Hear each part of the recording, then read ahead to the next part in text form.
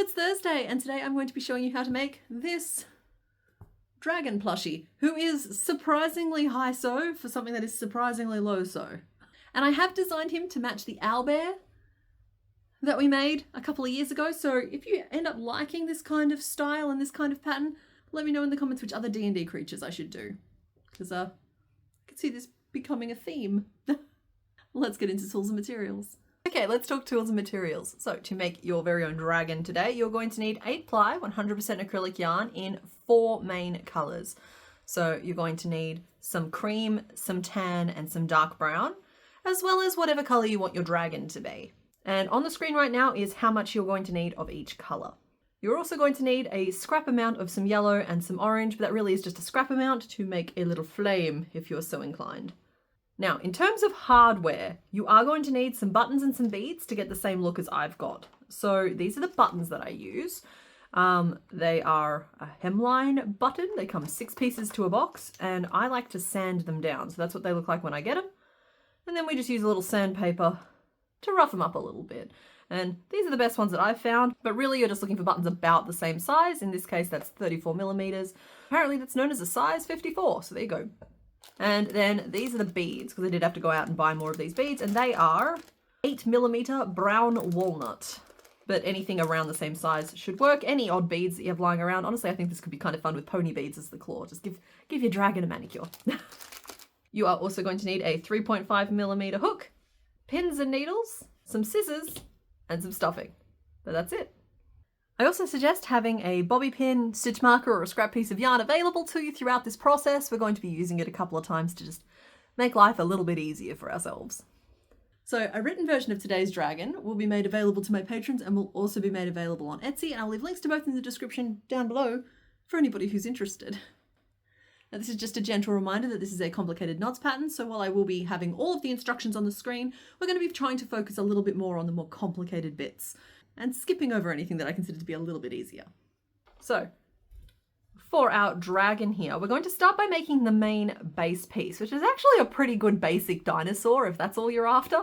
And the main base piece is actually no sew. Everything is kind of built in. So we start by making the belly piece, then we make and attach the legs in the round, we build up the body, and then we continue building up into the neck and the head, and it's all just sort of formed in one piece.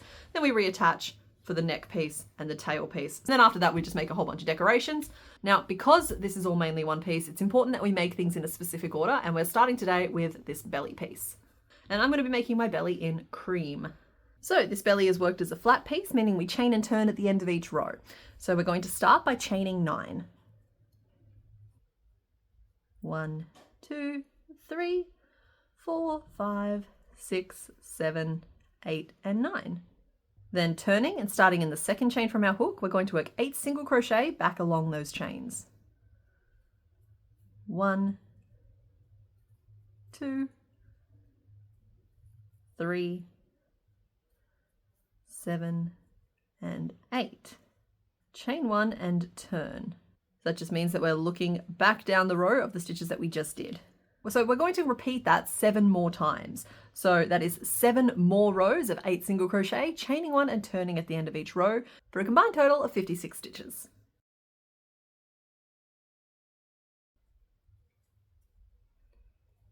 So there we are at the end of row 9, and we have worked 64 stitches in total so far.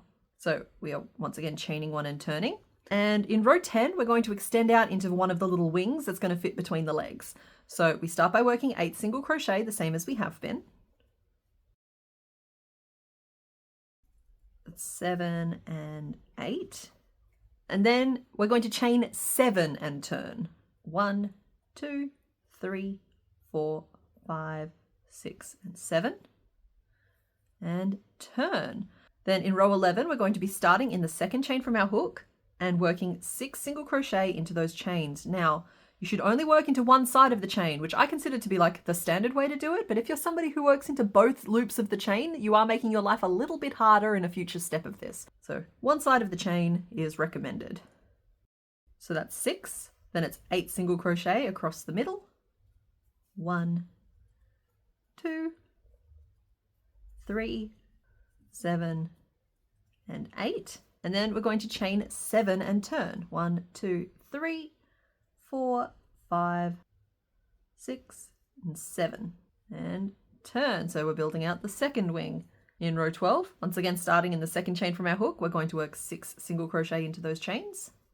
1, 2, 3, 4, 5, and 6. 8 single crochet across the middle. 1, 2, 6, 7, and 8. And 6 single crochet out to the end of the wing. 1, 2, 3, 4, 5, and 6. Chain 1 and turn. So what we've done there is establish a new row that is 20 stitches across. And we're now going to work 9 rows of 20 single crochet, chaining 1 and turning at the end of each row for a combined total of 180 stitches.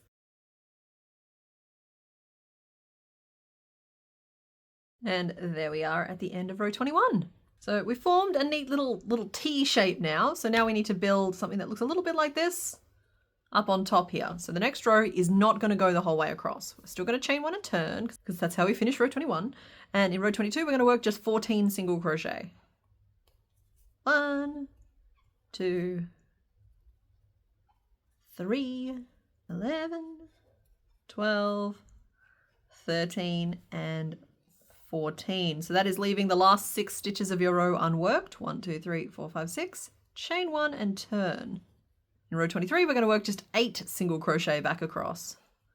1, 2, 3, 7, and 8. Once again, leaving 6 stitches unworked. Chain 1 and turn. So now our row is back down to 8 single crochet. And we're going to work 7 more rows of 8 single crochet, chaining 1 and turning at the end of each row for a combined total of 56 stitches.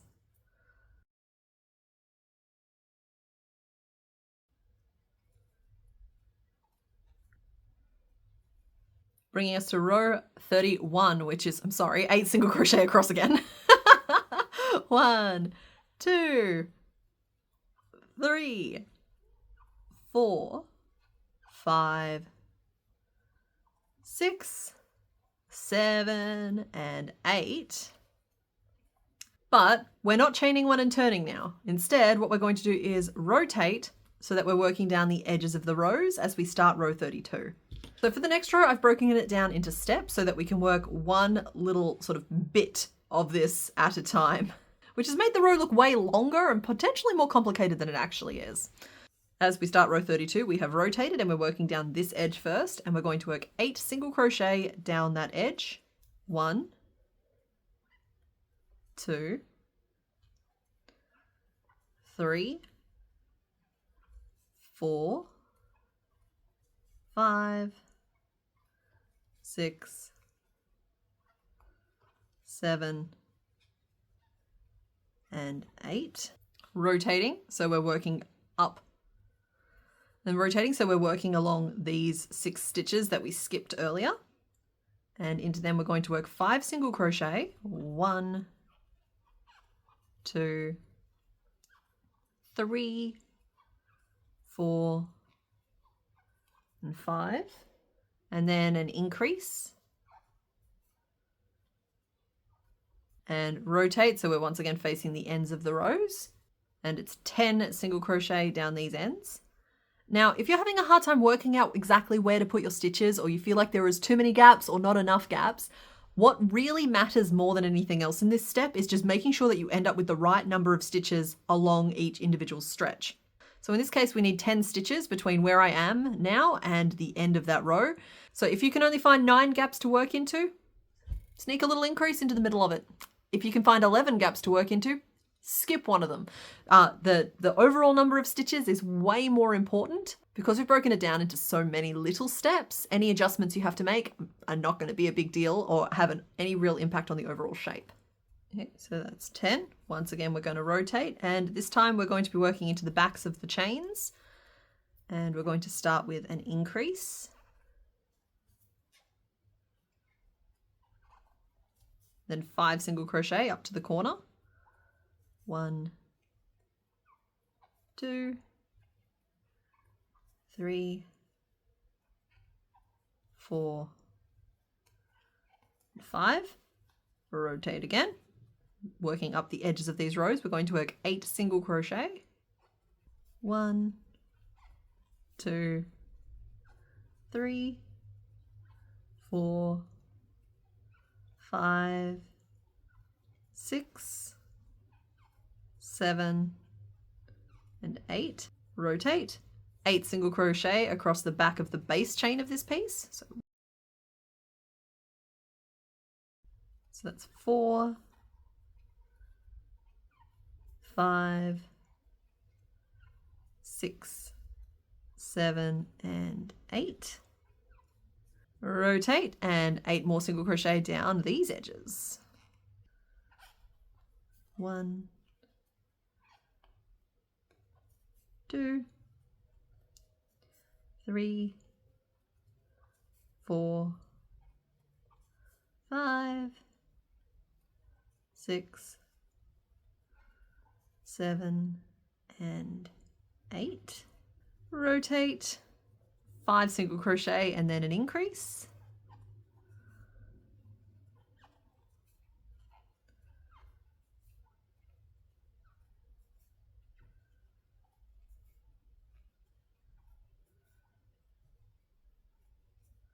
Rotate, 10 single crochet.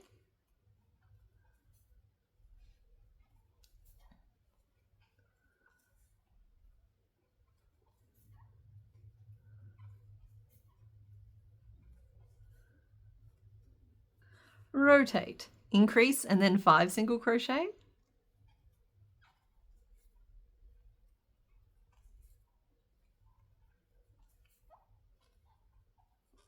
Rotate, and then finally 8 single crochet up these edges.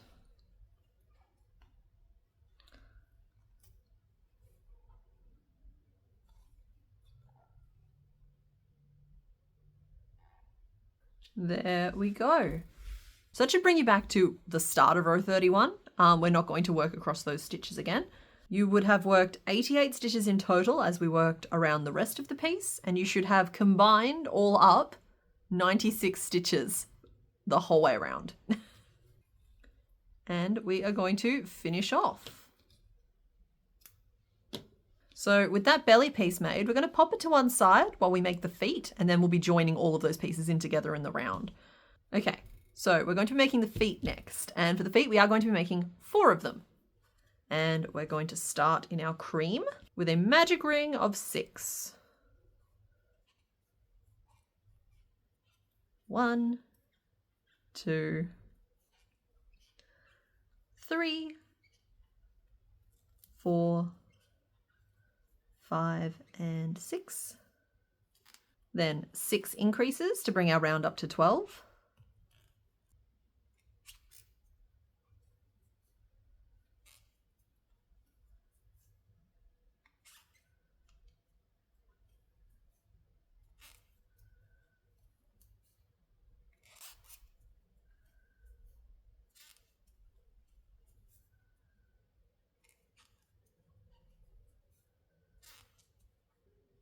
Bringing us to row 3. And in row 3, we're going to work 3 single crochet.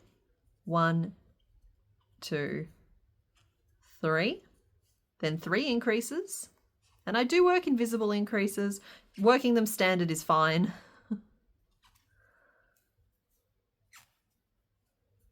That's 2. And this is 3. 3 more single crochet. 1, 2, 3, and then 3 more increases to bring you back to the start of your round.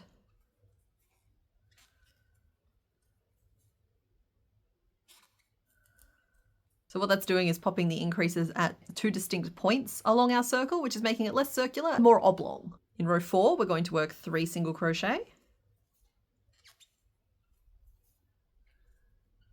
3 repeats of a single crochet and then an increase. So there is our first one. We're going to do that 2 more times. Single crochet, single crochet, and increase.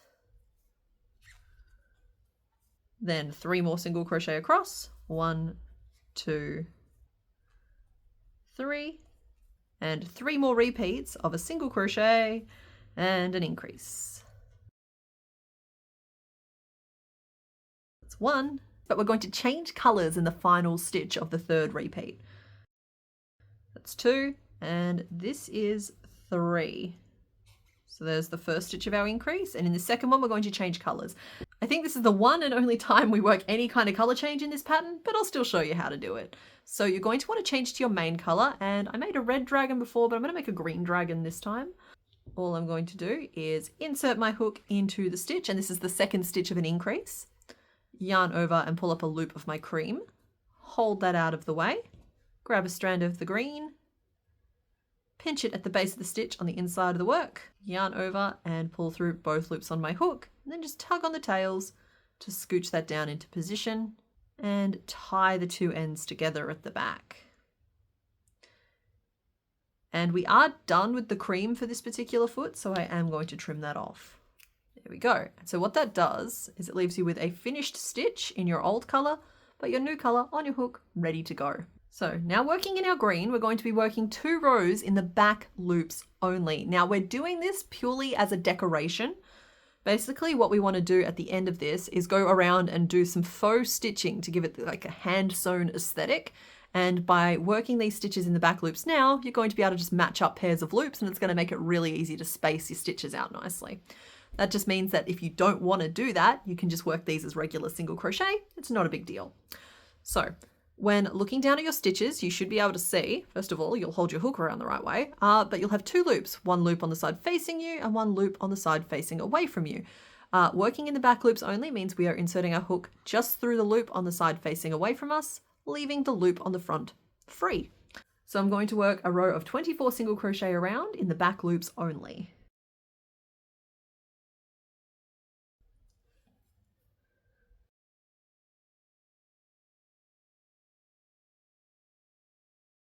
So there we are at the end of row 5, and then row 6 is the exact same thing again, including working in the back loops only.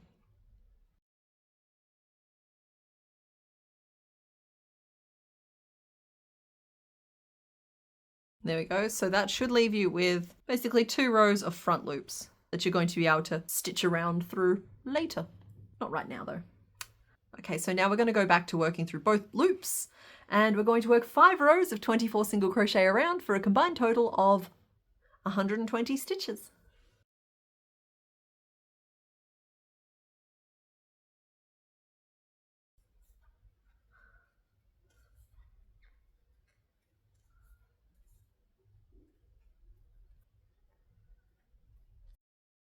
There we are. So we do need 4 legs, and you are going to finish off 3 of them. But for this 4th one, we're actually going to continue on and attach the belly. So once you have all 4 legs made, we're going to grab our belly piece and start joining everything together again. So how this is going to work is we're going to start working through both layers to attach the belly to each foot in each of these little L joins, working around the edge, joining each one on.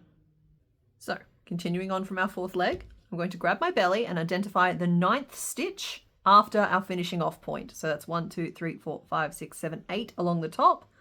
And this first one down the side is the stitch we're going to work into. I'm going to line that stitch up on top of my leg so that I'm working my hook through that 9th stitch first and then into the next stitch of the leg. And I'm going to work 14 slip stitches working through both layers. So 1, 2, 3, 4,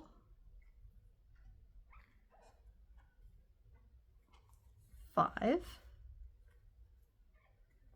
6, 7,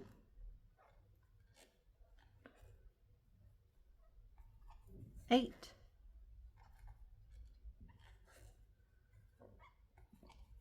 9, 10, 11, 12, 13, and 14.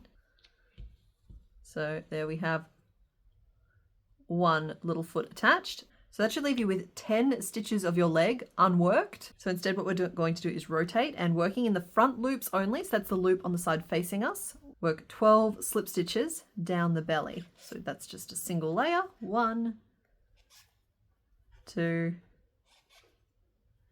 3, 4, 5, 6, 7, 8, 9, 10, 11, and 12. So that's from the outside, it's from the underneath. And we're going to attach our second leg.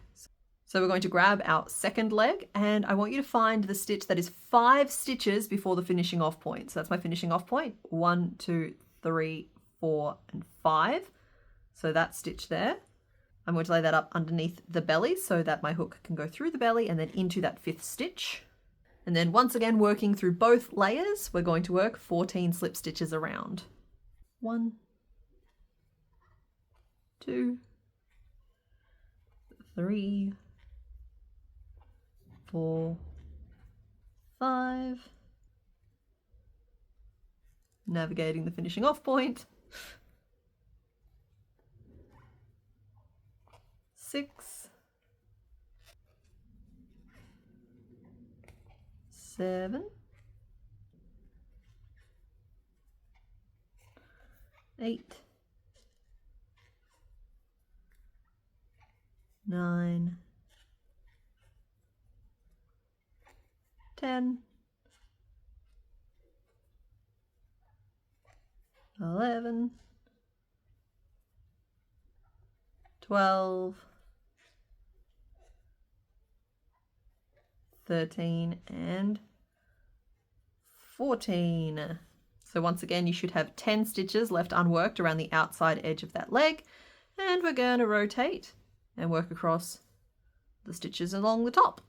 So once again, in the front loops only, we're going to work 8 slip stitches across. 1, 2, 3, 4, 5, 6, 7, and 8. Bringing us to our third leg. Now this third leg, we need to find the first stitch before the finishing off point, which is simple. It's just like literally the last stitch that we worked before finishing off. Line it up with the belly and work 14 slip stitches around through both layers. 1, 2, 3, 4, 5, 6, 7, 8,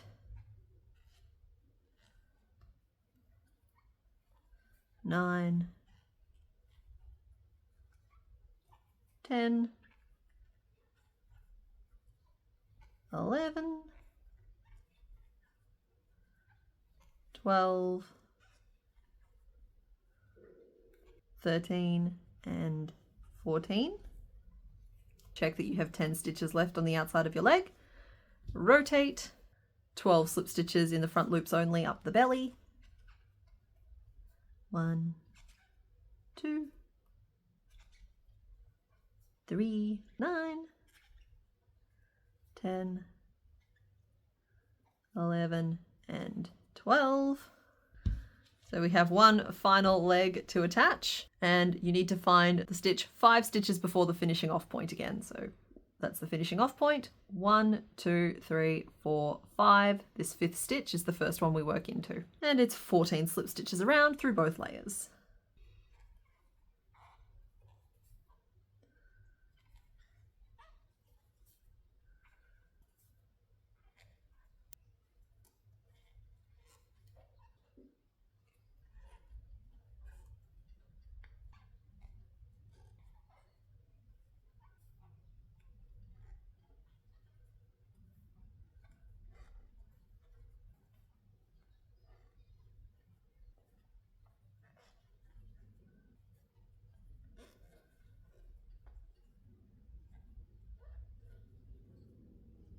And with one final rotation, we are going to work 8 front loop only slip stitches back to the start of our round.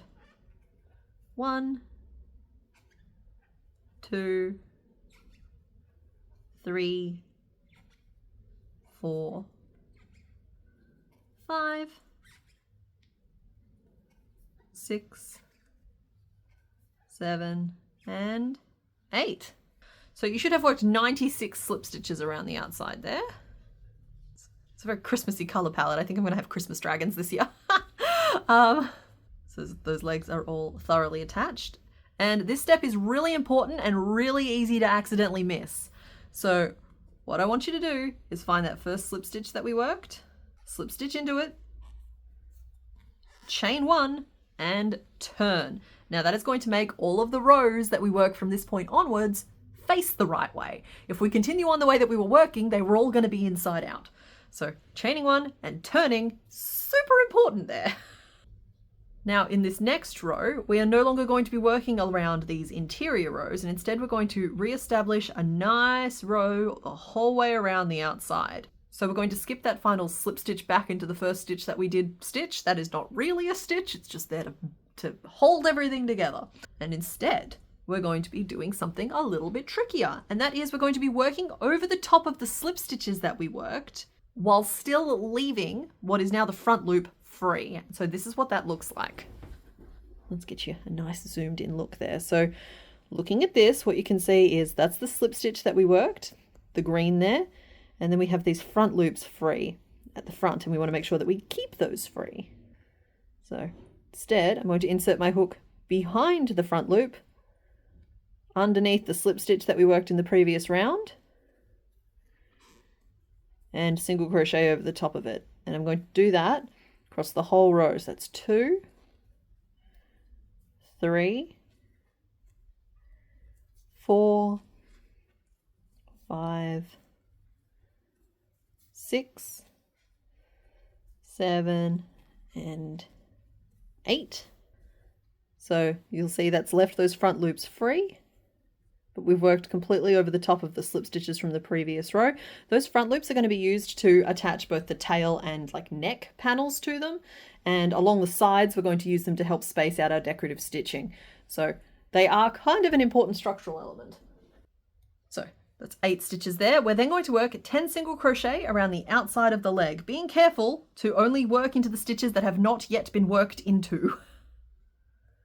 2, 3, 4, 5, 6, 7, 8, 9, 10. So there we go. That's our first free stitch.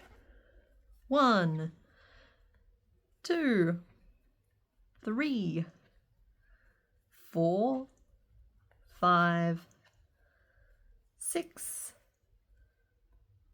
7, 8, 9, and 10. Okay, bring us to the belly again. And once again, working over just the slip stitches from the previous row, leaving those front loops free. We're going to work 12 single crochet across. 1, 2,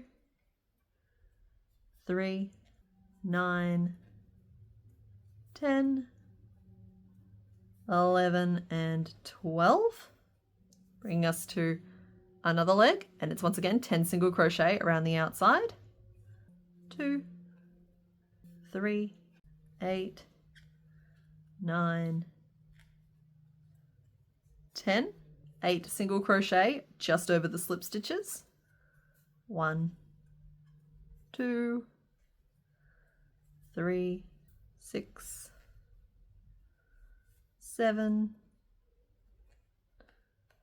and 8, and you can see those front loops are there still free. 10 single crochet around leg number 3.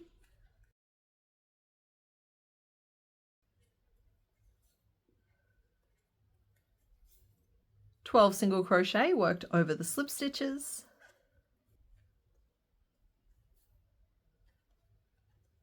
And then just 10 single crochet around the final leg to bring us back to the start of our row.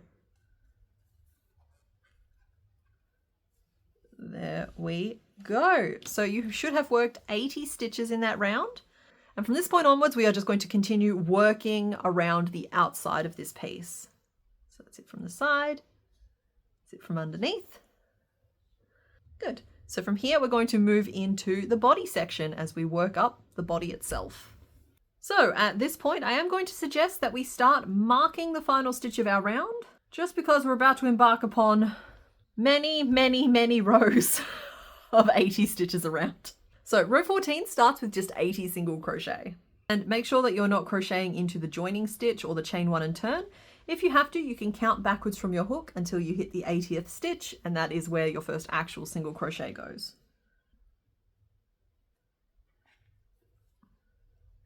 So 1, 2, 3, 4, 5, 6, 49, 50, 51, 52, 53, 77, 78, 79, and 80. Okay, so that is your first lap around. And from here on out, we're going to be working half the row as half double crochet instead. So I'll walk you through row 15. I'm pretty much going to make you do it by yourselves. So row 15 starts with 25 single crochet. So that's 1, 2, 3, 4, 5, 21, 22, 23, 24, and 25. We're then going to work 40 half double crochet around. So a half double crochet just means we're yarning over our hook, inserting our hook into the stitch, yarning over and pulling up a loop, leaving us with 3 loops in total on our hook, and yarn over and pull through all 3. So there is our first half double crochet, and we are going to work 39 more of those for 40 in total. And the thing about half double crochet is they're just slightly bigger than a single crochet, but they can still be used in the same rows as them. And so we're using them in this case to put half double crochet around the front of the dragon while using single crochet at the back of the dragon, just to make the front a little bit bulkier, just give that impression of like shoulders and chest. And we're then just going to work 15 single crochet back to the start of our round.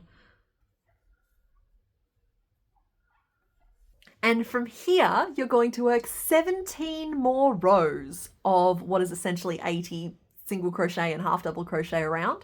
There is some slight variance in those rows just because occasionally I'm adjusting for my own level of drift just to make sure that I'm keeping those half double crochets at the front of the dragon.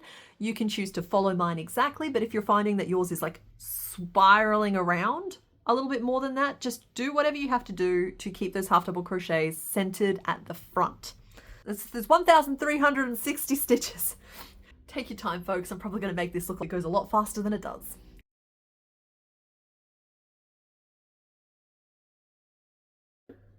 And there we are at the end of row 32.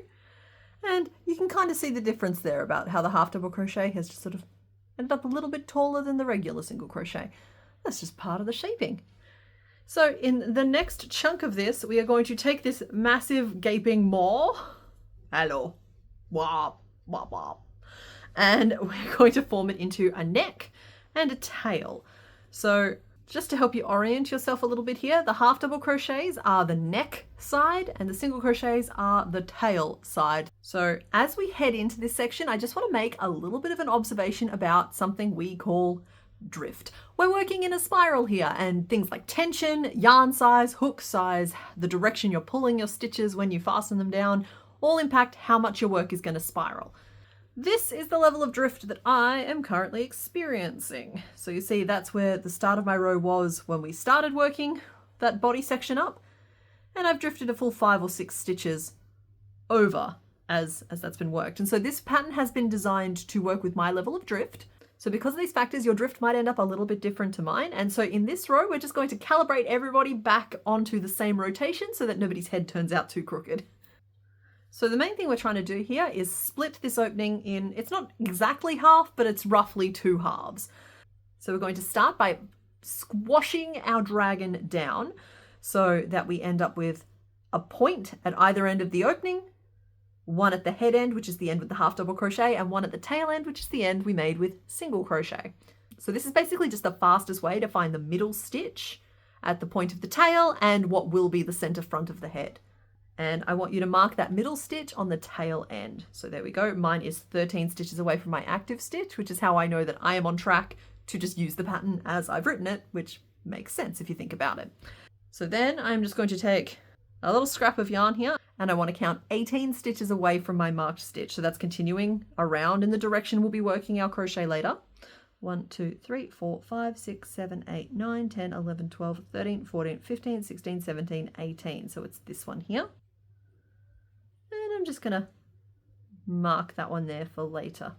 And basically all we're going to do is single crochet from the start of our row around to that stitch that we marked. So for most people, that should be 32 single crochet.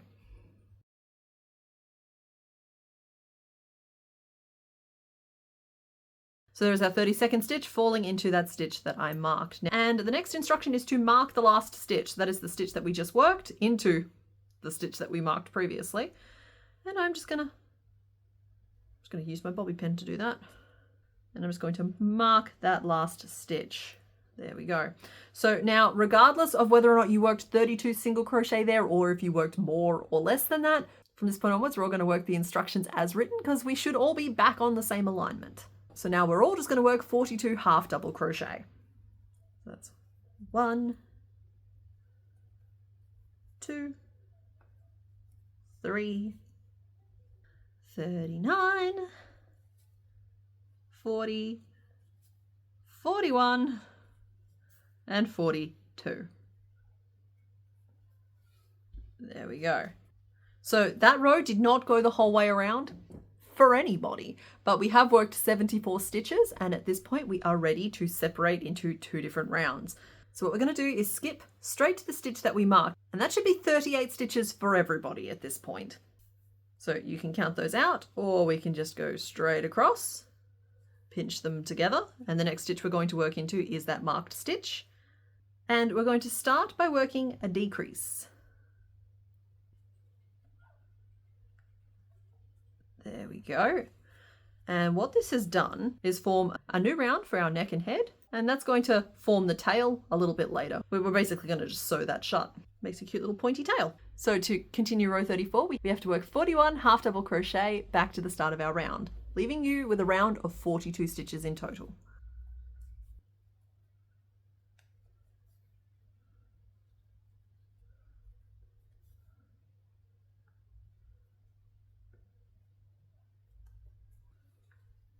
There we go. I'm ready for my close-up. Then row 35 is just a decrease and 40 half double crochet around back to the start.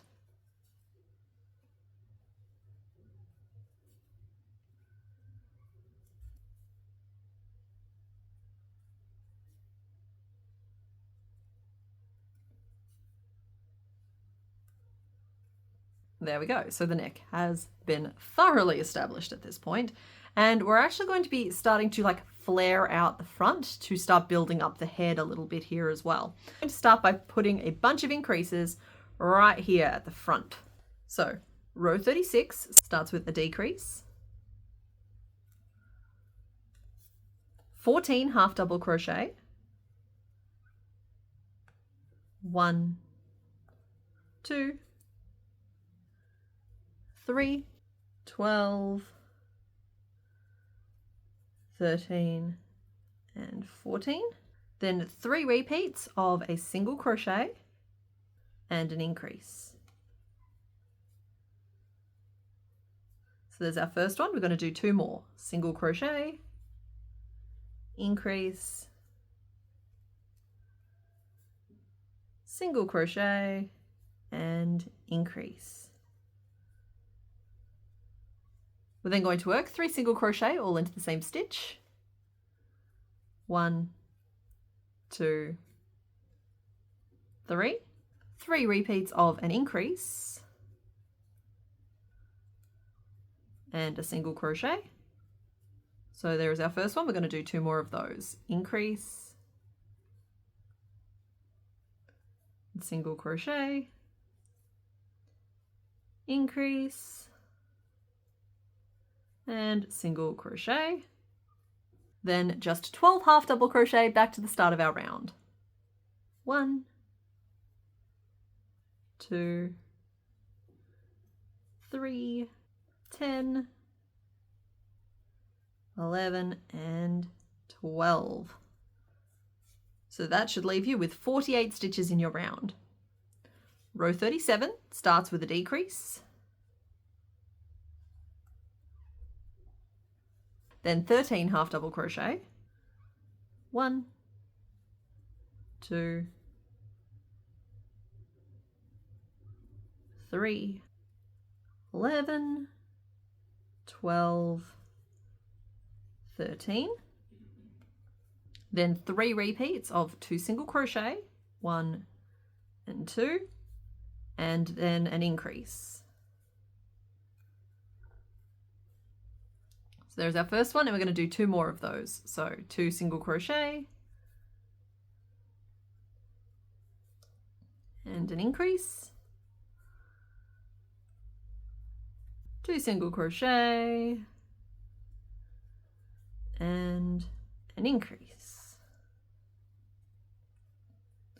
Hold on, I lost the yarn chicken, 1 second. Then a single crochet, 3 single crochet all into the same stitch, 1, 2,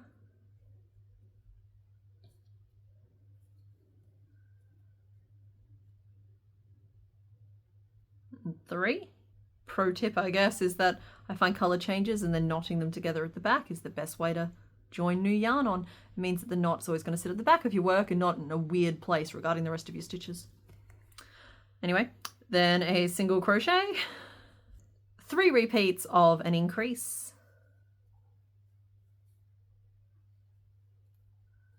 and 2 single crochet, 1 and 2. So there is our first one, and we're going to do that 2 more times. Increase,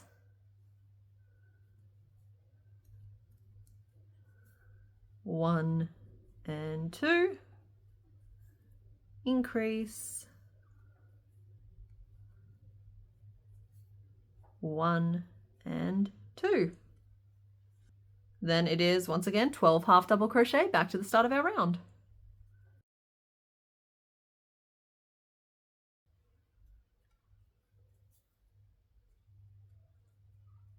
There we go. So we should be up to 55 stitches in our round at this point. You'll see there that we're starting to develop just this little lip around the front.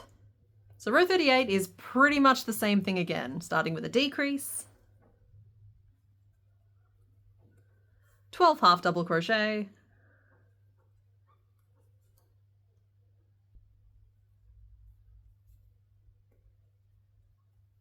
three repeats of 2 single crochet, 1 and 2, an increase, and then a single crochet. So there's our first repeat. We're going to do that 2 more times. It's 2, 1 more,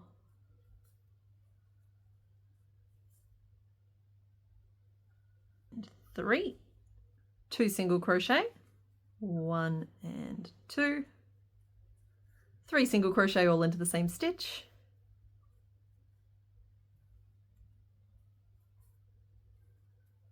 two more single crochet, 1 and 2, 3 repeats of a single crochet, an increase, and then 2 single crochet, 1 and 2. So there's our first one. We have 2 more of those. So single crochet, increase, and 2 single crochet. 2, 1 more.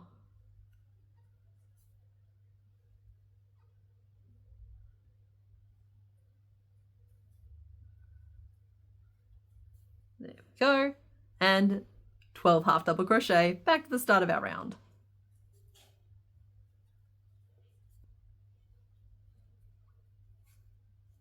Leaving us with 62 stitches in our round. And this is going to be a little bit of a wibbly wobbly mess at the front here. It will all get like stretched out pretty nicely as we work the rest of the head up. So don't worry about the ripples too much at this point. Okay, row 39 starts with a decrease. 11 half double crochet. 1, 2, 3, 9, 10, and 11. 37 single crochet. 1, 2, 3, 35, 36, and 37. And then 12 half double crochet back to the start of our round. 1, 2, 3, 10, 11, and 12. So that row is going to leave you with 61 stitches in your round, wibbly wobbly as it is. And we're now going to work 7 rows of 61 single crochet around for a combined total of 427 stitches. Pace yourself. This is just going to build up the height of the head a little bit. You know, we need some depth to it so it's not just a biscuit.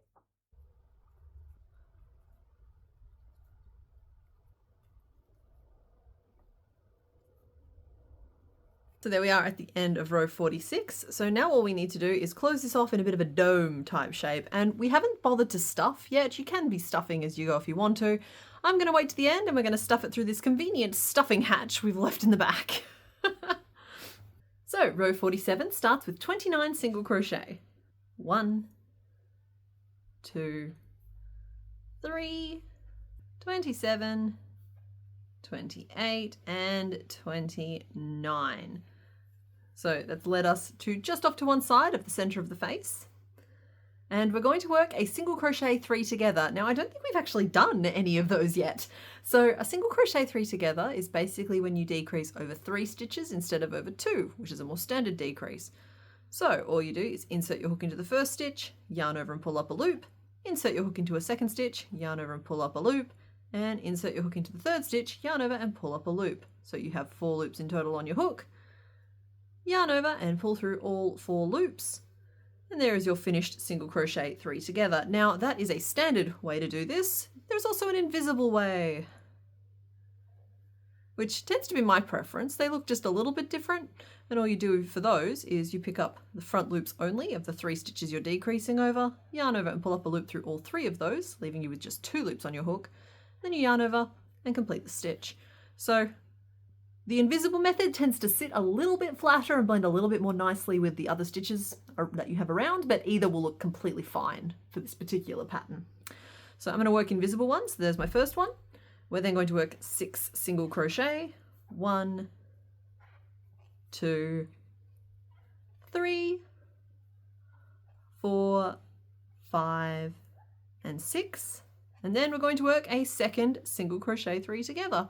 And whatever method you used for the first one, use that for the second one as well. Got to keep everything matching up nicely. It is then just 20 single crochet back to the start of our round. 18, 19, and 20. So at this point you should have 57 stitches in your round. And then row 48 is basically the same thing again, just with slightly different stitch counts because we are working decreases. So it's 28 single crochet, a single crochet 3 together, 4 single crochet,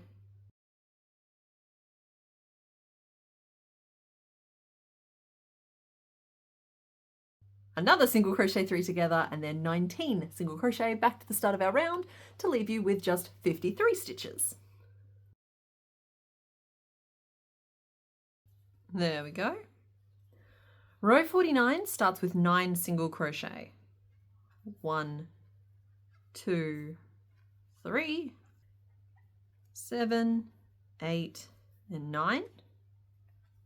Then a decrease, 16 single crochet, 1, 2, 3, 14, 15, and 16. A decrease,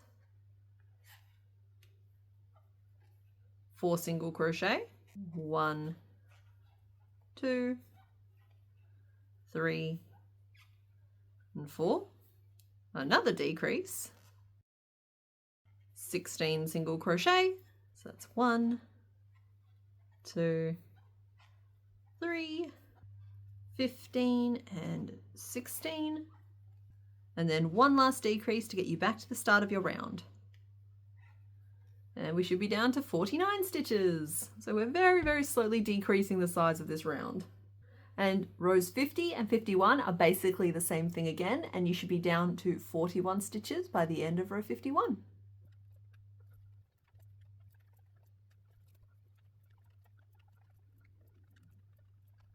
So there we are at the end of row 51, and I am kind of like twisting it around to give myself room to work on it. It's fine. I asked, Dragon here is fine with it. Row 52 starts with a decrease, then 5 single crochet, 1, 2, 3, 4, and 5. Another decrease,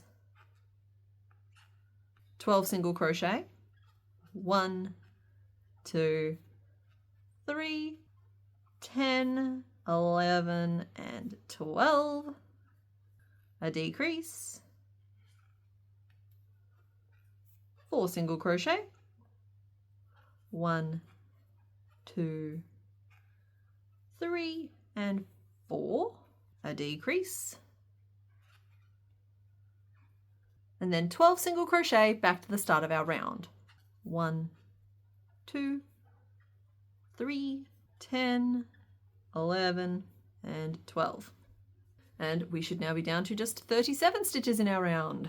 Row 53 is similar again. A decrease, 3 single crochet, a decrease, 11 single crochet,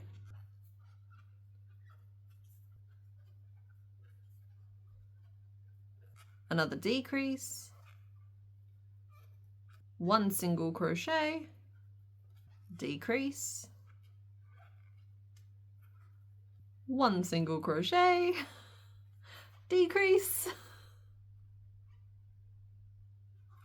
and then 11 single crochet back to the start of your round.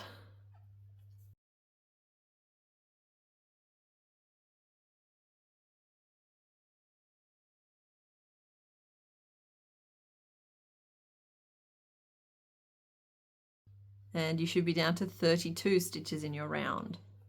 Row 54 starts with 5 single crochet, 1, 2, 3, 4, 5, then a decrease, 8 single crochet,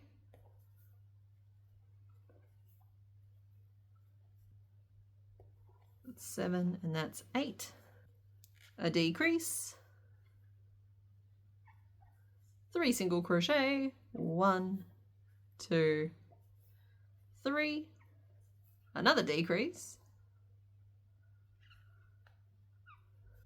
8 more single crochet, 2, 3, 7, and 8, and then a decrease to finish your round, leaving you with just 28 stitches.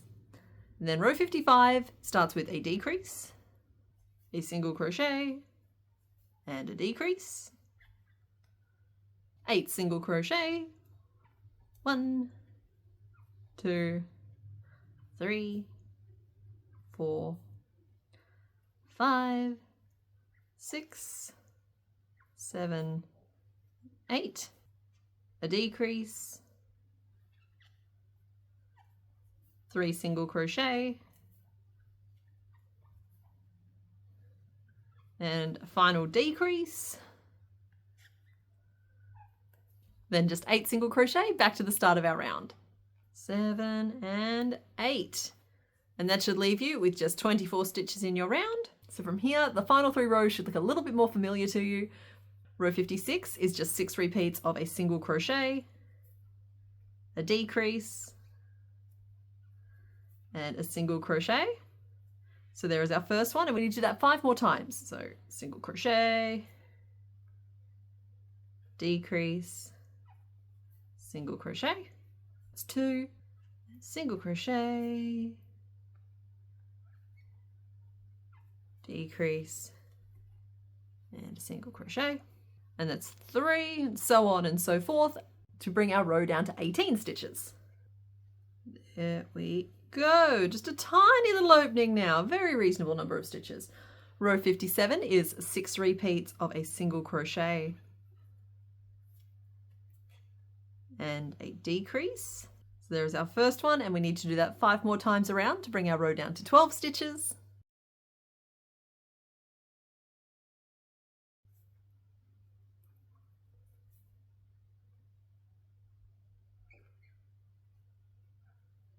And then it is just 6 decreases around to bring our row down to 6.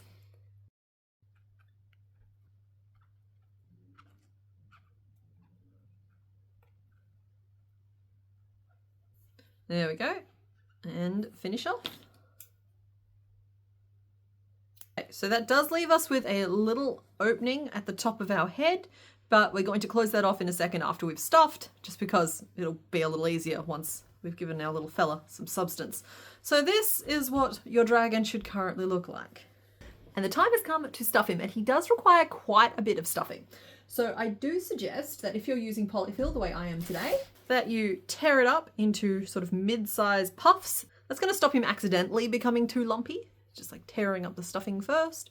If you're using beans or any other method for stuffing, good luck. Should work fine, assuming your stitches are close enough together. I would try those beanbag beans that I have from my raccoon experiments, but I'm too nervous, frankly. So I'm going to start by stuffing the 4 legs. Just working the stuffing down into each of them individually. 1, 2, 3, 4. There we go. Next, I'm going to take a whole bunch of stuffing and stuff the head. And of course, all of this is just going through that opening in the back. So all the way up into the nose.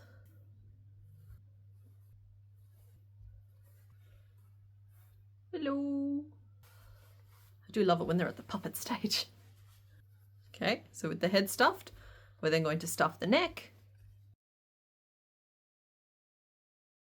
Finally, we're going to fill up the whole body, starting at the front and working our way back towards the opening.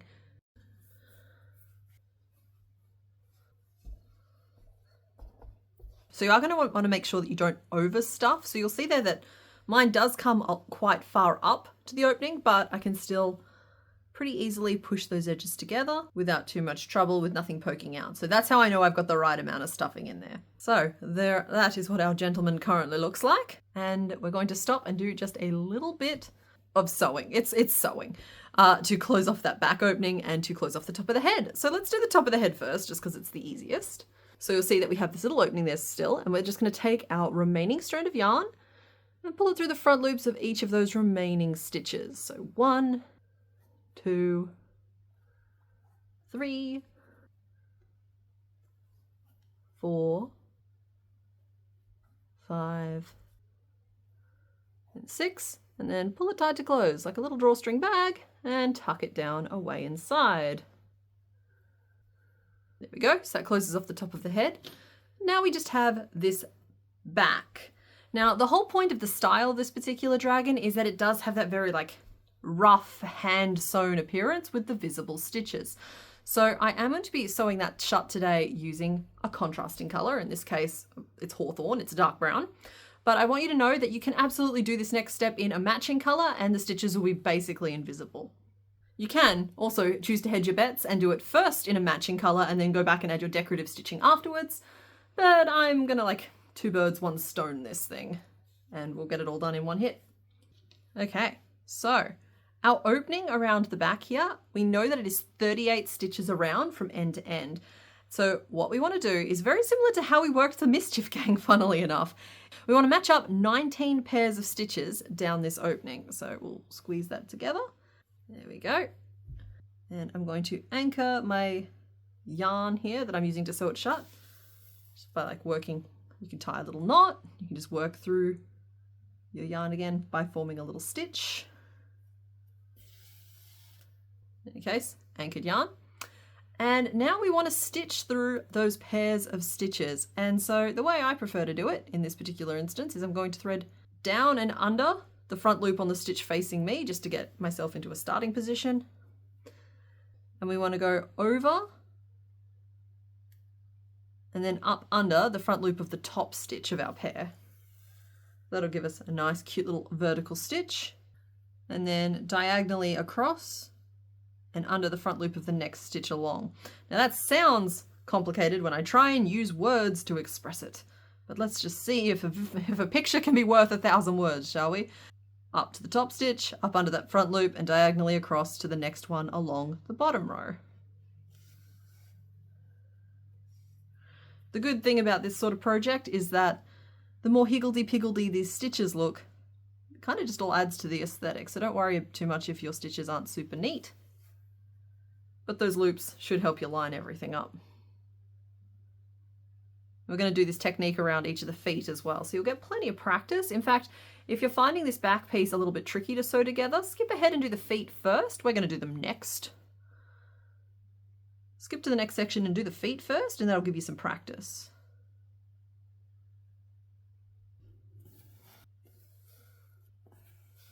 So basically, I'm just working the whole way along this opening. And I should be working 19 stitches all up.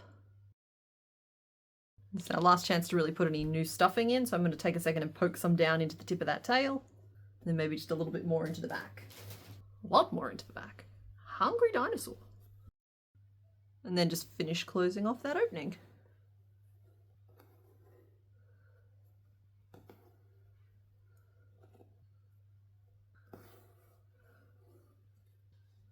So I'm going to finish this off here.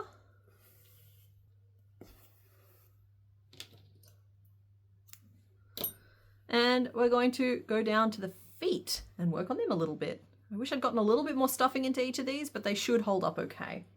Now, as we work the decorative stitching around each of these feet, I'm actually going to attach my beads at the same time. So it's 3 beads for each foot. There we go. So we're going to work around each of these feet basically the same way we closed the back, but we're going to attach our beads at the same time. So all I'm going to do is take my beads and pin them loosely where I want them to sit. This actually might be easier to show you on the front foot. So let's do the front foot first. So like one in the middle, then one loosely on either side to form the little claws. That's our prep done. And what you'll notice is as we actually crocheted these feet up to begin with, we left those 2 rows of front loops around the perimeter at the bottom of the foot. And we're going to use those front loops now just to act as a guide for where these little decorative stitches go. So you should have 1 front loop in your cream and 1 front loop in your secondary color. And having locked my thread in place just with, again, a little knot or just stitching back through your yarn, I'm going to work my needle down and under 1 front loop, up and over the front loop directly above it, and then diagonally across to the next front loop. Once again, I'm hoping that the video is worth 1,000 words here because when I say it out loud, it feels confusing, but hopefully as you see it as I work on the screen here, it's a little easier to understand. And then basically as I reach the points where each of those beads are, I'm just going to thread the bead onto the needle and stitch it in at the same time.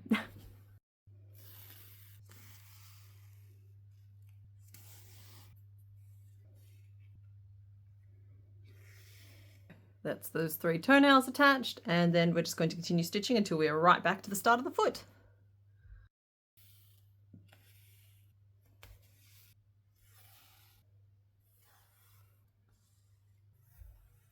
and trim off and tuck away your ends. And that is what your lovely little foot ends up looking like. And it's just got that really nice little hand-stitched aesthetic. But you've cheated having to actually make nice, cute little even stitches by using those loops as a guide. And I don't know, I really love this aesthetic. Hopefully you guys too, and hopefully you enjoyed that experience because you get to do it now 3 more times. Like so, there we go. Let's take those pins out. So now all 4 feet have been finished and we've finished closing off the back as well. But for now, we're actually going to switch gears a little bit and we're going to make the little chest panel that runs up the front of his neck. So in order to do this, I'm going to grab my cream and we're actually going to build this straight on to the belly panel. So if you look at the belly, right where we attached it to the body, we left 8 loops free. So those are right there. And they are going to be the foundation row for this neck panel that we're about to make. So I'm going to start by attaching my yarn to my hook just with a regular slip knot. And all we need to do is attach our yarn into this rightmost stitch. So there's a couple of different ways to do this. I personally find standing single crochet the easiest way to do this, but some people find it a little bit easier to work just a slip stitch straight in there to attach it, and then you chain 1, and then you work your first single crochet into the same stitch you slip stitched into. There we go. So that would count as the first stitch of row 1. Now I prefer to use a standing single crochet, which is just, instead of working a slip stitch first, you just go straight in and work a single crochet straight away. There we go. Once again, that counts as the first stitch of row 1. But all we're going to do is work 8 single crochet, so 1 into each of these stitches along this belly. So we've worked 1 already. It's 2, 3, 4, 5, 6, 7, and 8. Chain 1 and turn. And repeat that row again. 8 single crochet across. 1, 2, 3, 4, 5, 6, 7,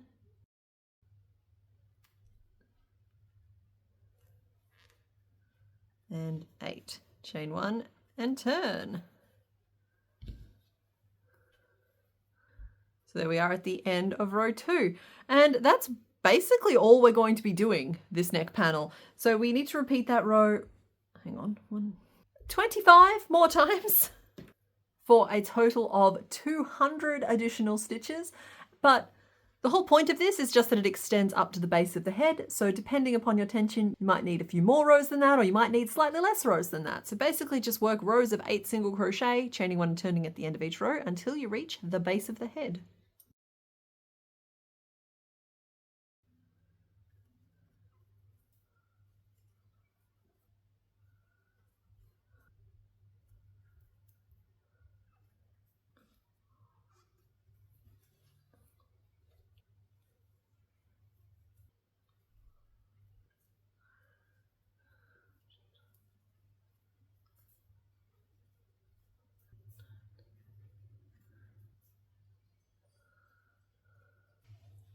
So there we go. See how I have to stretch mine just slightly to get it to reach, but otherwise that is a perfect length.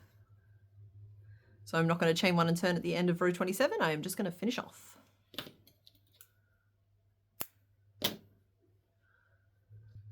And just pin that in place as well for now. We will come back and do that sewing in a bit.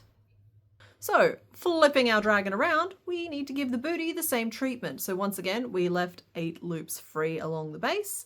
We're going to reattach our yarn in the rightmost stitch with the feet facing us and work 8 single crochet along those loops. 1, 2, 3, 4, 5, 6,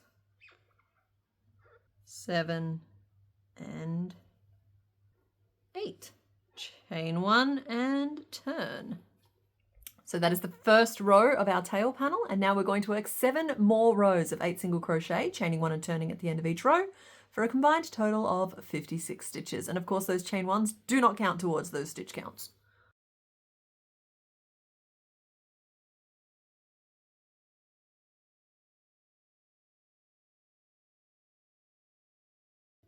So there we are at the end of row 8. I've already chained 1 and turned, and you'll see that our panel is reaching about halfway up the butt towards the tip of the tail. We're going to spend the rest of the rows of this piece just narrowing it down to a point, so it's more of a triangle. So row 9 starts with 3 single crochet, 1, 2, 3, then a decrease, and I do encourage standard decreases, not invisible for this particular piece, and then 3 single crochet, 1, 2, 3, chain 1 and turn. Rotate the whole dinosaur. Row 10 is 7 single crochet across, 1, 2, 3, 4, 5, 6, and 7. Chain 1 and turn. Row 11 is 2 single crochet, 1 and 2, a decrease, and then 3 single crochet, 1, 2, 3, chain 1 and turn, 6 single crochet across, 1, 2, 3, 4, 5, and 6, chain 1 and turn. Row 13 is 2 single crochet, 1 and 2, then a decrease, and then 2 more single crochet, 1 and 2, chain 1 and turn. 5 single crochet back across, 1, 2, 3, 4, and 5, chain 1 and turn. Row 15 is 2 single crochet, 1 and 2, a decrease, and then a single crochet, chain 1 and turn, 4 single crochet back across, 1, 2, 3, 4, chain 1 and turn. Row 17 is a single crochet, a decrease, and then a single crochet, chain 1 and turn. Row 18 is a decrease, and then a single crochet, chain 1 and turn. Row 19 is a decrease, chain 1 and turn, and it's long enough now that you should just be able to twist the piece so that you're looking at the back of it rather than rotating the whole dragon. But row 20 is simply 1 single crochet. Finish off. So you might have to stretch yours just slightly, but you should find that the very tip of that piece lines up nicely with the very tip of that tail that we've already kind of sewn shut. So once again, I'm just going to pin that into position for now. Okay, so that is the base of our dragon done. Don't get me wrong, we have a little bit of sewing left to finish assembling it. So just in case you were only trying to make a dinosaur today, we're going to stop and finish sewing these panels on now before we head into the decorative pieces next. So just like with all of the other sewing, you once again have the option of sewing these panels down using cream yarn first so that it blends in, and then adding your decorative stitches afterwards. I'm just going to go straight in with my decorative stitches because I'm confident that I can get the spacing correct. So I have my needle threaded with my dark brown, and for the front panel here, all I'm going to do is go all the way up, across and down again, using the stitches as a guide to help me evenly space my sewing. So I'll attach down here. Just anchor my yarn.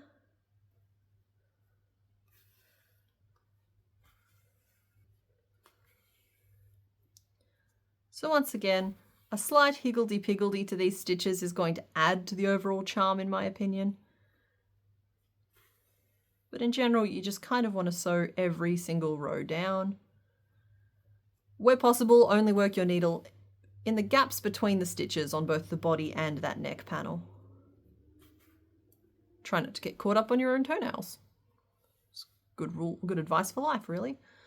So that is what my stitches look like. So see, they're not perfectly straight, but they're going to add a little bit of a vibe to our dinosaur here.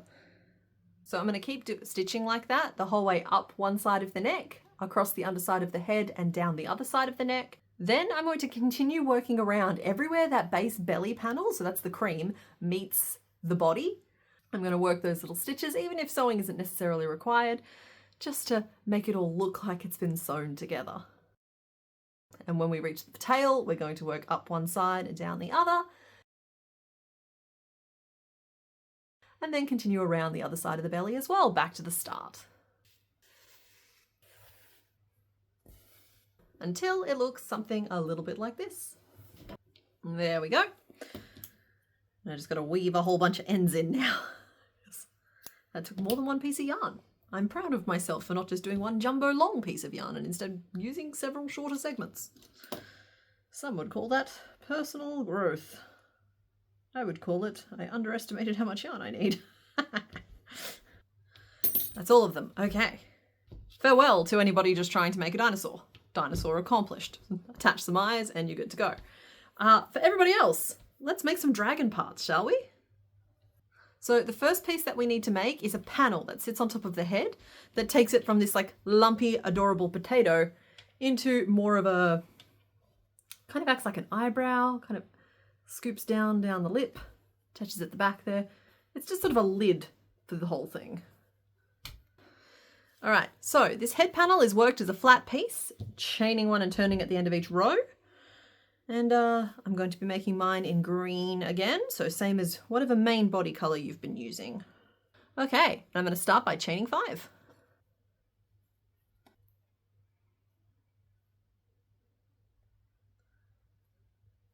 And turn. Now starting in the second chain from our hook, we're going to work 4 single crochet back along those chains. 1, 2, 3, and 4. Chain 1 and turn. In row 3, we're going to work an increase, 2 single crochet, 1 and 2, and another increase. Bringing your row up to 6 stitches, chain 1 and turn. Row 4 is an increase, 4 single crochet, 1, 2, 3, and 4, and then an increase, bringing us up to 8 stitches in our row. Chain 1 and turn. We're then going to work 3 rows of 8 single crochet, chaining 1 and turning at the end of each row for a combined total of 24 stitches.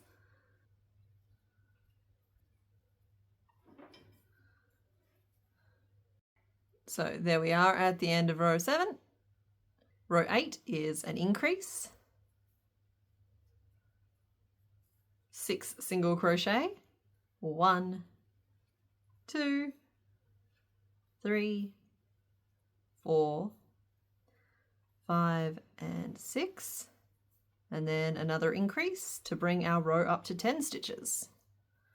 Chain 1 and turn, and then work 2 rows of 10 single crochet, chaining 1 and turning at the end of each row.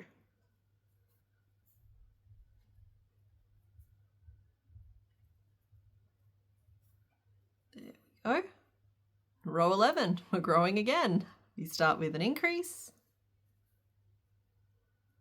then 8 single crochet across, 1, 2, 3, 4, 5, 6, 7, and 8, and then another increase to bring your row up to 12 stitches, chain 1 and turn, then work 2 rows of 12 single crochet, chaining 1 and turning at the end of each row.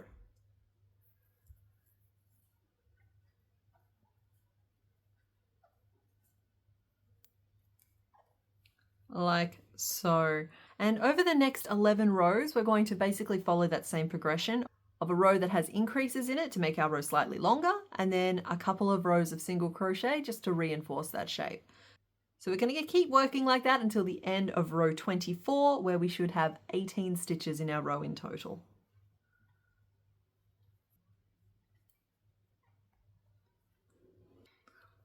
There we go. So there we are at the end of row 24. So now we've taken all this time to flare outwards. We need to pull back inwards for a couple of rows. So row 25 starts with a decrease,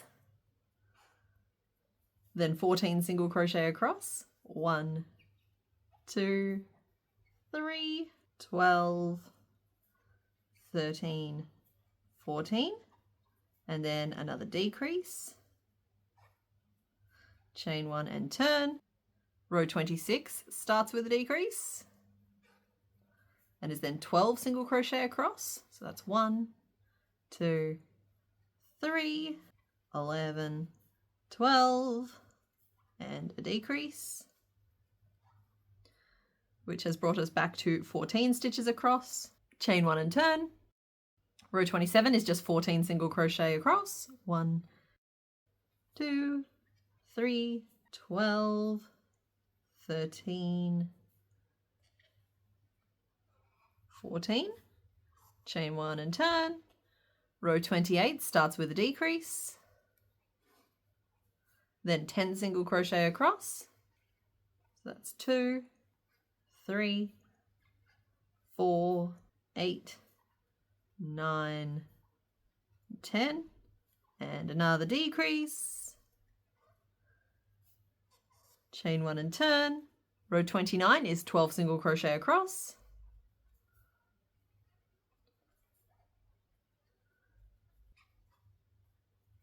chain 1 and turn. Row 30 is a decrease, 8 single crochet, 1, 2, 3, 7, and 8, and then another decrease, chain 1 and turn, and row 31 is 10 single crochet across.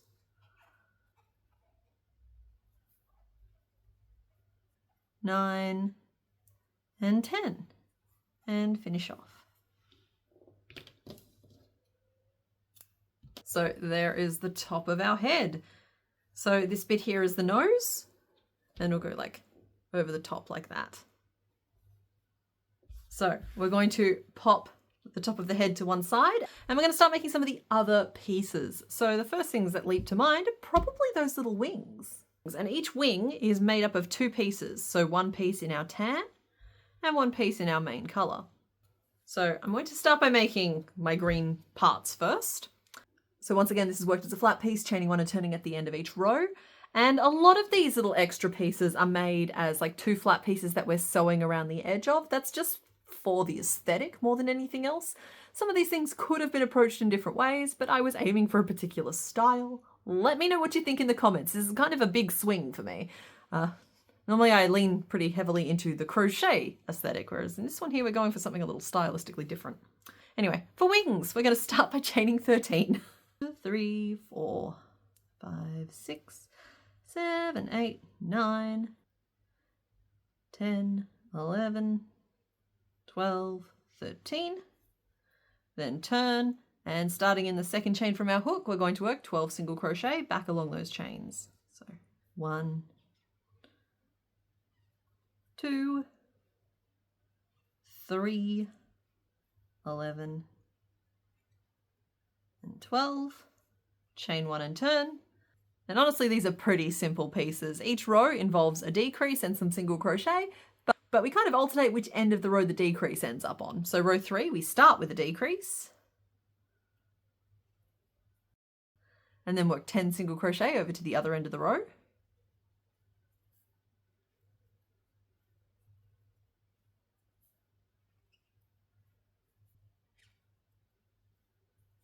Chain 1 and turn. And then in row 4, we're going to work 9 single crochet.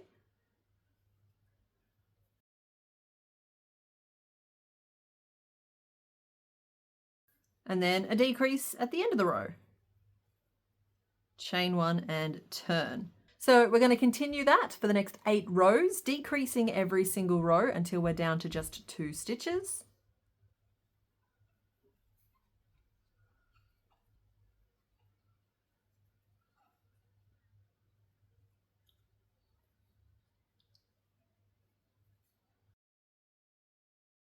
And you should end up with a vaguely triangular piece. It looks a little bit like this. And finish off.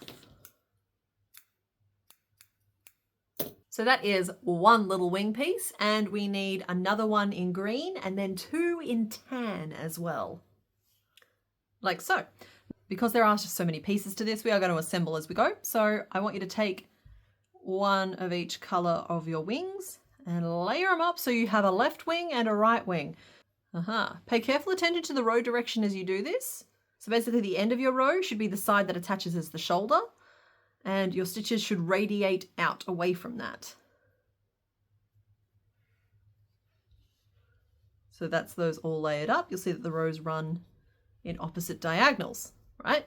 Yeah, paying attention.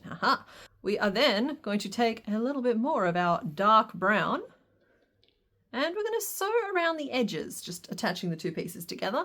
And as I do this, I am going to sew a little bead to the top knuckle, just because I think it's a cute detail to have it match the toenails.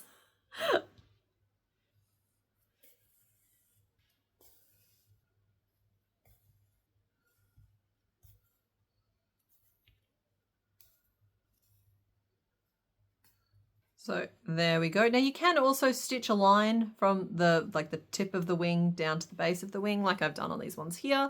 I don't think I'm going to on this particular one. I don't know if it really works on this one here.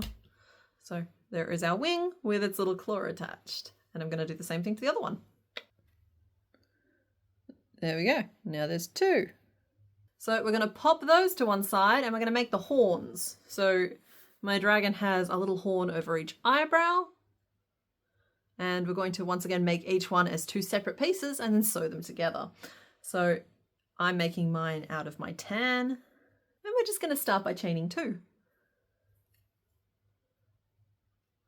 1 and 2, turn, and then starting in the second chain from our hook, which is actually the first chain that we worked, we're going to pop a single crochet into that, and then chain 1 and turn. In row 3, we're going to work an increase into the only stitch in our row.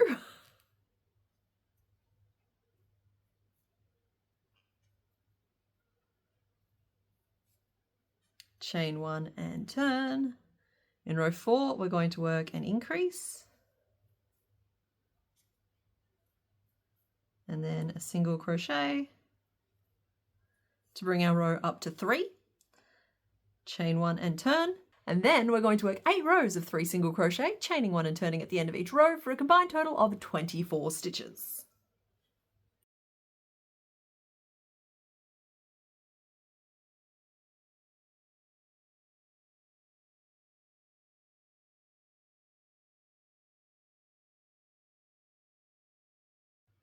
So there we are at the end of row 12. Row 13 is then just a decrease and a single crochet. Chain 1 and turn. Row 14 is just a decrease, chain 1 and turn, and row 15 is a single crochet and finish off. Now because we want to make 2 horns, we're going to need to make 4 of this piece. So there's our first 1, 2, 3, and 4. Okay, so we have 4 little pieces here now, and we want to layer them up into 2 pairs of 2, and then once again sew around the edge. You get the, I think you get the gist by now. So yeah, just the whole way around. And yeah, these pieces could have been tubes, but again, we're going for a style here today, and I liked the sewn on style better. And I will say that I'm also showing you how to make like an assortment of like fins and horns and stuff. You can make as many or as few of them as you like. Decorate your dragon however you please. I've loosely modeled this one, very loosely, on a red dragon from D&D, but that should not limit you in terms of what you want your dragon to be. And also we're making a green one today, so I'm trying not to refer to it as the red dragon. So there's the first one, and you know, we're going to do it with the other one as well. Now, these horns could basically go whichever way you want them to. I'm going to be using them today with the finishing off point being the end that gets attached to the head, and the starting point being the pointy bit that isn't attached to the head. So there are our two little horns that go above the eyebrows. So pop those to one side. We have one more little horn to make, and that is one that goes on the tip of the nose. This one here. So once again in our 10, we are going to chain 5. 1, 2, 3, 4, and 5. Turn, and starting in the second chain from your hook, work 4 single crochet back down the chains. 1, 2, 3, and 4. Chain 1 and turn. In row 3, we're going to work a decrease and then 2 single crochet. 1 and 2. Chain 1 and turn, then a single crochet and a decrease. Chain 1 and turn, and a final decrease.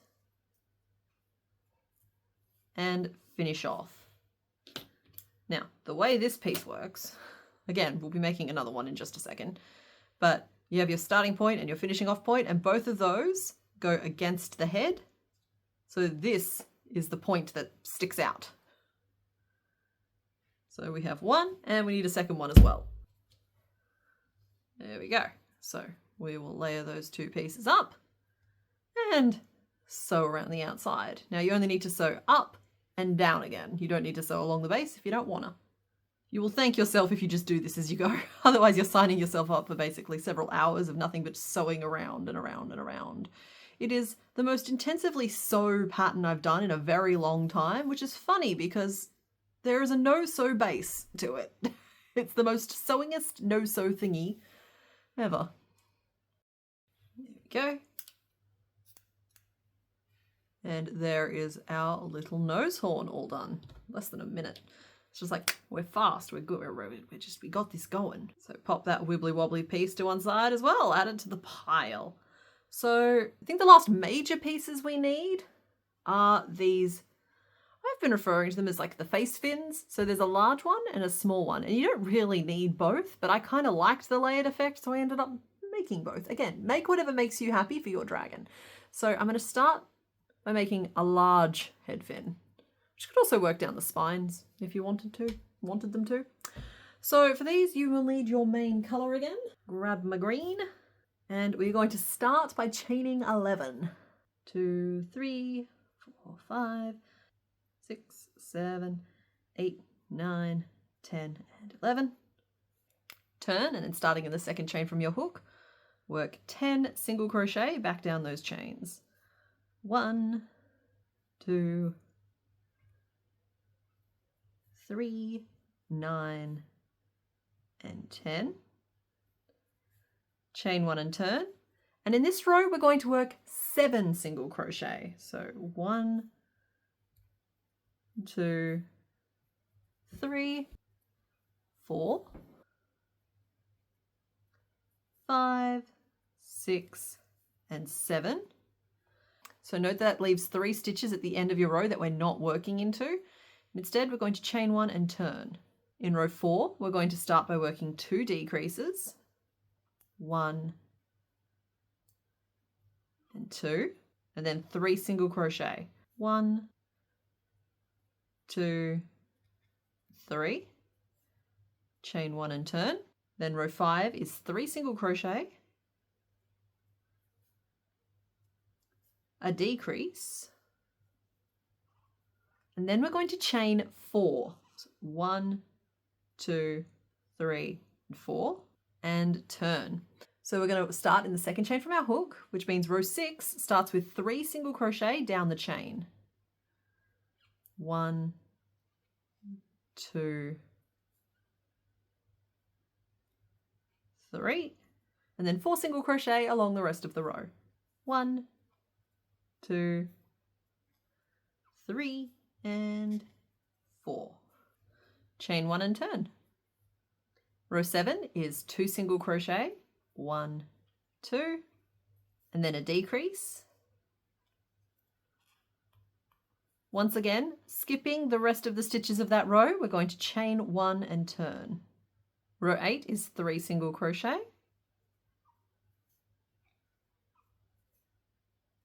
chain 1 and turn, and row 9 is 3 single crochet, 1, 2, 3, and then we're going to chain 3, 1, 2, 3, and turn. So starting in the second chain from our hook, we're going to work 2 single crochet down those chains, 1 and 2, and then 3 single crochet along the rest of the row, 1, 2, 3. So this is what we look like currently. We're creating some peaks to these fins, and we're going to chain 1 and turn. So row 11 and 12 are exactly the same. They consist of 2 single crochet, 1 and 2, and then we chain 1 and turn. So that's row 11, 1 and 2, chain 1 and turn, and that's row 12.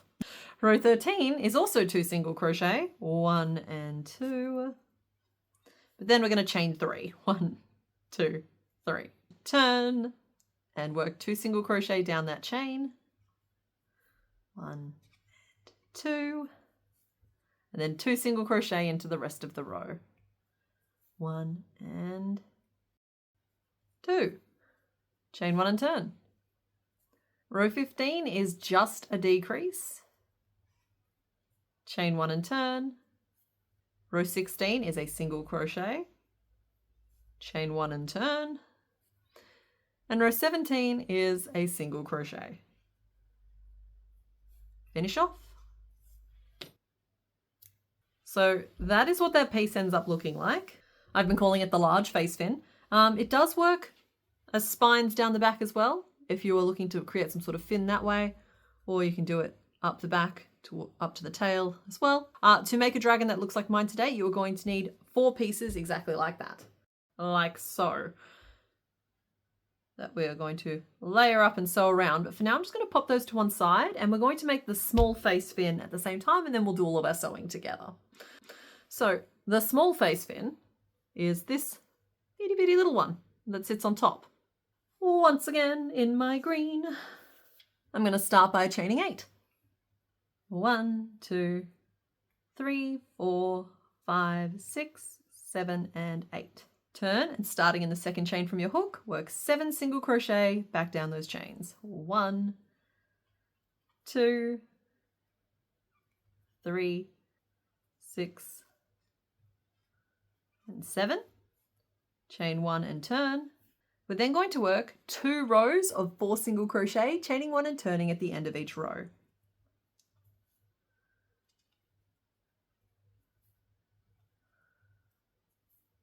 Row 5 is also 4 single crochet, 1, 2, 3, and 4, but we're going to chain 3, 1, 2, 3, and turn. Then starting in the second chain from our hook, we're going to work 2 single crochet down that chain, 1 and 2, and then 4 single crochet along the rest of the row, 1, 2, 3, and 4. Chain 1 and turn. Row 7 starts with 3 single crochet, 1, 2, 3, and then ignoring the rest of the stitches in that row, we're going to chain 3, 1, 2, 3, right? Turn, and starting in the second chain from our hook, we're going to work 2 single crochet down the chain, 1 and 2, and then 3 single crochet along the rest of the row, 1, 2, and 3, and finish off. It's called a small face fin for a reason. It's much smaller than the big one. So that is what that piece ends up looking like. And again, to make the dragon that I'm making today, you're going to need 4 of that piece as well, all in your green.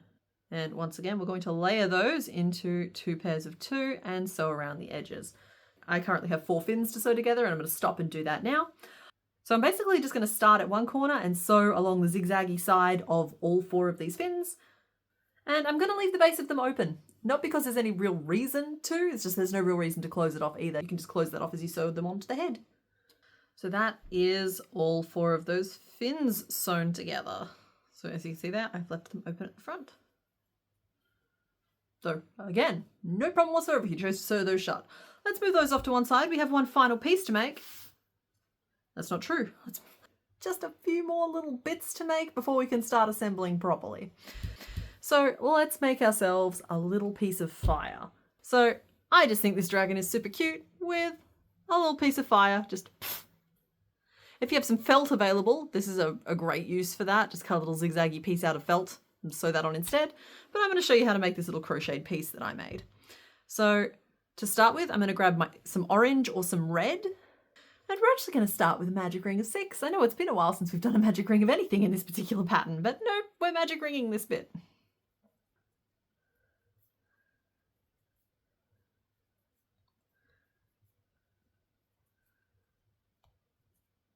There we go. Then in row 2, we are simply going to work an increase. And then 2 repeats of a picot. And a picot just means we're going to chain 3 and then slip stitch into the first chain that we worked. And a single crochet. So that's 1 picot.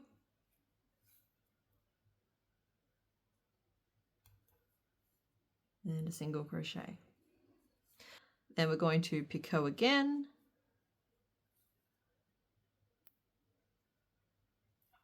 And then work 2 increases. 1 and 2. So that is what my little piece of fire looks like. And I'm going to finish off. I really meant it when I said you only need a scrap of each of these colours. Okay, so with that piece done, we are now going to make a second piece in yellow. There we go. And then we're just going to layer one piece over the other and sew those 2 pieces together. And you want to layer those pieces so that one of them sticks out past the other. Creates a little layered effect. There we go. Okay, so there is our little fire. Now we have still 2 more pieces to make, but these have really crossed into the territory of just like purely optional, purely aesthetic, not even really adding to dragon, just adding to the style. And that is a little chest patch for the front and a little side patch for the side. I just kind of really like the kind of patched and repaired look, and I was leaning a little bit on the aesthetic of what we did for the owlbear back in the day with a couple of just like repair patches. So these are entirely non-structural, and you can make these in whatever color that you like. I'm going to make a little one in our tan color and a bigger one in the same color that I'm using for my stitching, just because I think it ties it in nicely. And we're going to start with the little one. These are the last 2 pieces though, I promise. They are so extremely self-explanatory. I am just going to chuck the patterns up on screen so that you can make them for yourself now.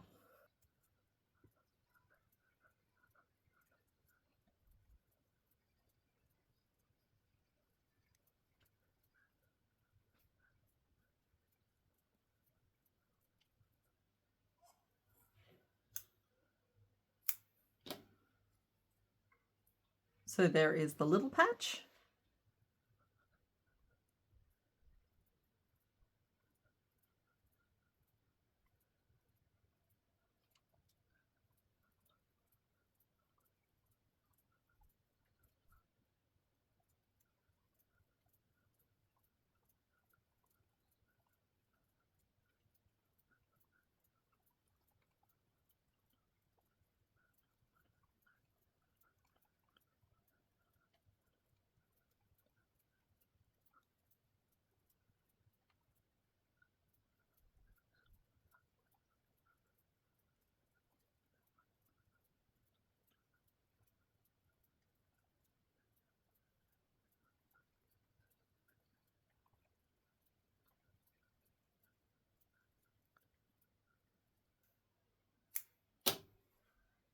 And that is the big patch. Okay, now we have all of our pieces. And there they all are. So I also have my buttons here, as shown at the start of this video, which feels like forever ago to me, but was hopefully only about an hour ago for you. And they have, of course, been sanded down a little bit. Again, that's what they look like when we get them. That's the brand of button. That's everything about the buttons. So there we go. Secondhand buttons, highly recommended. That's all our stuff. We need to pin it to this guy. I think I might have to raise the camera or change the angle so you can see what's up, because I don't think you're going to be able to see from up there. So hold on. Okay, you're on an angle now and you can see him kind of if I hold him all the way back there. So that's all the stuff that we have. And now we need to try and take all of this stuff and put it onto a dragon so it looks a little bit like this. We're going to start with this headpiece. So bringing our head in, we just kind of want to loosely pin it to the center front. As you can see there, for me, visually, it's 4 rows up from the bottom of the chin. And it's going to go the whole way across the back of the head and line up with one of the rows back there. There we go. So that is 9 rows up, if that makes sense to you, from where the stitches go a little bit odd.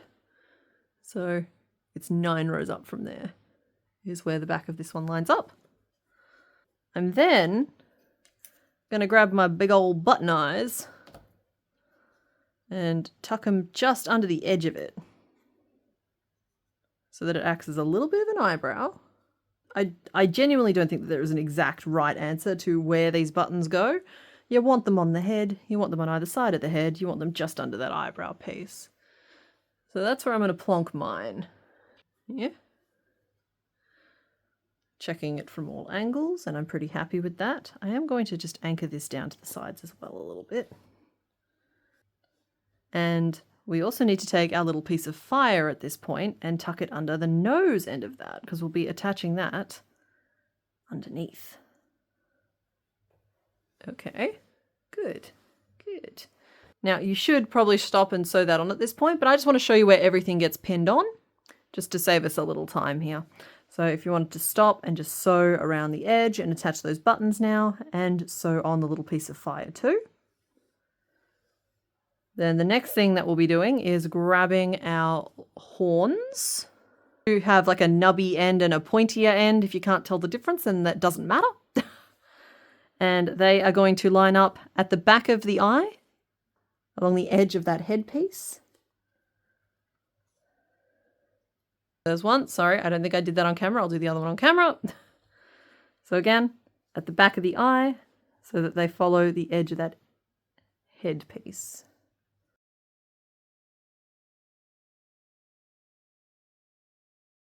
There we go. And next we're going to take our various face fins.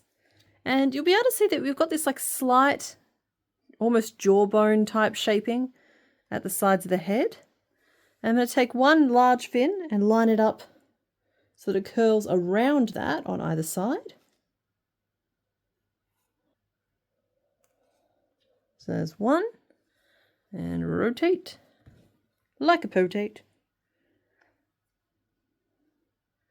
And again, I just want to reaffirm that there's no wrong place to put these pieces, and you can choose to add as many or as few of them as you like.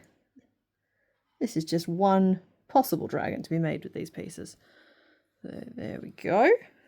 Then we're going to grab our smaller fins and pop them just a couple of stitches in front. Go away, little bug. Go live your little life elsewhere. So 1 and 2. Such a handsome boy. Then if we turn around, we have our 2 little wings, and once again the pointy end is the tip of the wing and the less pointy end goes against the body. And you want to pin these, honestly it's going to look like they're up on the neck, but if you note the way he's been crafted, that's kind of where the shoulder muscle would be, and these are designed to sit on that shoulder muscle. So right where that neck meets that body, even a little bit up the neck if you like. is where I would pop those. So one there and one there, except you want them to be straight, so make sure you check them from every angle. Better. Okay, good. And finally, we have our two little patches. And I am going to suggest, like, you can plonk these wherever you like. So I'm going to suggest that this particular one goes on the neck patch here. And you can see here on the red one, I've popped it on the left side. So this one here I'll pop on the right side just so that they're a matched set. And I do suggest that you don't line them up with the rows too much, that you give them a little skew width. That's going to go there. And then for my big patch, you really can chuck this anywhere. But I'm thinking butt patch right there, just like that. Okay, very good. So that is where all of our pieces go.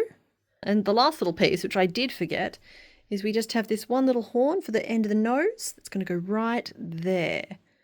So hold on one second, I'll pop you back in your stand. There that is. And that's just going to go right there on the tip of the nose. I thought you looked a bit funny. I couldn't quite work out why. There we are. That's a bit better. So now all you need to do is sew all of those pieces together.